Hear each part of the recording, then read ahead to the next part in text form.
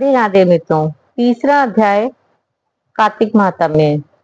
श्री कृष्ण भगवान के चरणों में शीश झुकाओ, सदा भाव से पूजो हरि, मनोवांछित फल पाओ। सत्यभामा बोली, आप सभी काल में व्यापक और सभी काल आपके आगे समान है, फिर यह कार्तिक मास ही सब मासों में श्रेष्ठ क्यों है?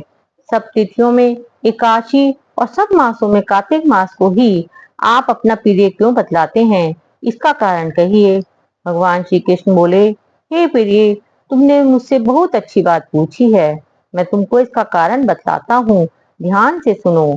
इसी प्रकार एक बार महाराजा बेन के पुत्र राजा पृथु ने प्रश्न के उत्तर में देव ऋषि नारद जी से प्रश्न किया था, तो श्री नारद जी ने उसे कार्तिक मास की महिमा बतलाई थी। राजा पृथु के प्रश्न के उत्तर में देव श्री नारद ने कहा था, हे राजन, एक समय शंख नामक एक राक्षस बड़ा बलवान और अत्याचारी हो गया था। उसने अपने अत्याचारों से तीनों लोगों को कंपायमान कर दिया था। उस शंखासुर ने स्वर्ग में रहने वाले देवताओं को जीतकर इंद्र आदि देवों व लोकपालों के अधिकारों को छीन लिया। उससे डरकर सभी देवता सुमेरु पर्वत की गुफाओं में कुटुंबियों के साथ बहुत दिनों तक छिपे रहे थे। वे बाद में सुमेरु पर्वत की गुफाओं में निश्चिंत होकर रहने लगे।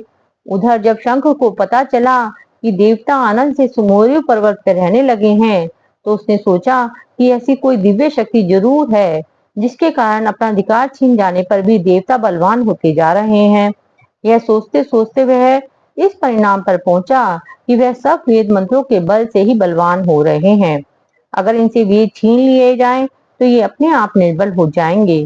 देव ऋषि नारद बोले, ऐसा सोचकर शंखासुर भगवान विष्णु को सोते हुए देखकर सत्यलोक में वेद चुराने के लिए पहुंचा। उसको आता देखकर भगवान विष्णु ने उसकी नीयत जानकर उसके डर के कारण बीज मंत्रों के साथ समुद्र के जल में छिप गए। शंख भी वेद मंत्रों तथा बीज मंत्रों को ढूंढता हुआ समुद्र में प्रविष्ट हो गया, लेकिन ना तो उसको वेद मंत्र मिले और ना ही बीज मंत्र। जब शंख समुद्र से निराश होकर वापस लौटा, तो उस समय श्री ब्रह्मा जी पूजा की सामग्री लेकर शिव देवताओं के साथ भगवान विष्णु की शरण में पहुंचे और भगवान को गहरी नींद से जगाने के लिए गाने बजाने लगे और धूप गंध आदि से बार बार उनका पूजन करने लगे। धूप दीप निवेद आदि अर्पण करने पर भगवान की निद्रा भंग हुई और वे देवताओं सहित श्री ब्रह्मा जी को अपनी पूजा करते देखकर बहुत प्रसन्न हुए और उनसे इस प्रकार कहने लगे, मैं आप लोगों के इस कीर्तन और मंगलाचरण से अति प्रसन्न हूँ।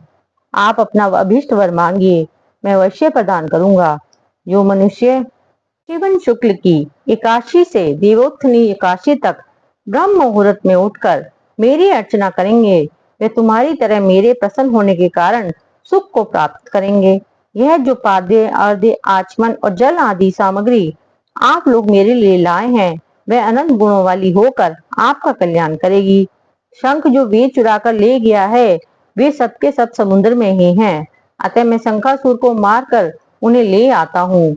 आज से मंत्र बीज और वेदों के साथ चारों वेद प्रतिवर्ष कार्तिक मास में जल में विश्राम किया करेंगे। अब मैं मत्स्य का रूप धारण करके समुद्र में जाता हूँ और आप लोग भी ऋषि महर्षियों के साथ लेकर मेरे साथ चलें। जो कार्तिक मास में पहर रात्रि पहले स्नान करते हैं, वे निश्चय ही अक्षय फल को पाते हैं। वह ज्ञात में अमृत स्नान का फल प्राप्त करते हैं। हे देवेंद्र, जो कार्तिक मास में व्रत करते हैं, उन्हें सब प्रकार से धन पुत्र पुत्री आदि देते रहना और उन्हें सब आपत्तियों से बचाते रहना। हे धनपति कुबेर, मेरी आज्ञा अनुसार तुम उनका धन धान्य बढ़ाते रहना, क्योंकि इस प्रकार का आचरण करने वाला प्राणी मेरा रूप धारण करके जीव मुक्त हो जाता है। जन्म से लेकर मरण पर्यंत तक जिसने विधि पूर्वक यह उत्तम व्रत कर लिया है, वह आप लोगों का भी पूजनीय है। आप लोगों ने मुझे कार्तिक शुक्ल एकादशी तिथि को जगाया है, इसलिए यह एकादशी मान्य है और मुझको बड़ी प्रिय है।